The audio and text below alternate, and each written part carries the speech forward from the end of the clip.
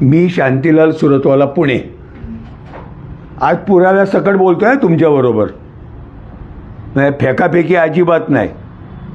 आता government of इंडियाने आपल्याला जुन्या गाड्यांना नंबर प्लेट बदलायला सांगितले आणि सरकारने त्याचे दर जाहीर केले.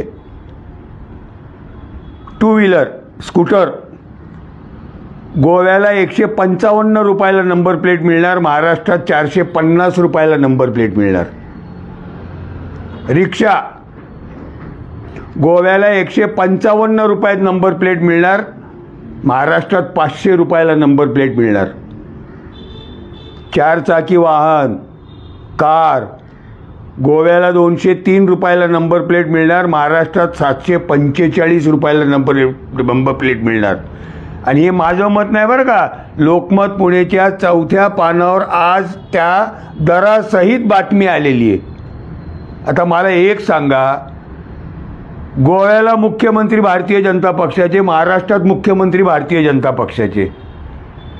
गोव्याच्या सरकारला 155 रुपयात नंबर प्लेट मिळते आणि ठेकेदारकडनं महाराष्ट्र सरकार 745 रुपयाला नंबर प्लेट घेते. वरच्या पैशाचं काय, कोण खाणार हे पैसे? गोव्याला नंबर प्लेट जो बनवून देतोय त्याला टेंडर द्या ना. मी तुम्हाला गेले अनेक दिवस हात जोडून सांगतोय, महाराष्ट्र सरकार श्रीमंत असो किंवा गरीब असो सगळ्यांची लुटालुटी करतायत, आपले पैसे लुटतायत. जरा डोळे उघडे ठेवा.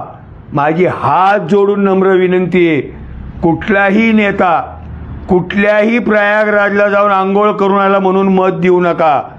एकनाथ शिंदे सुद्धा आंघोळ करून आले आणि इथं हे मुख्यमंत्री आणि 2 उपमुख्यमंत्री मिळून स्कूटरवाल्यांना सुद्धा लुटण्याचा प्रोग्राम बनवतात.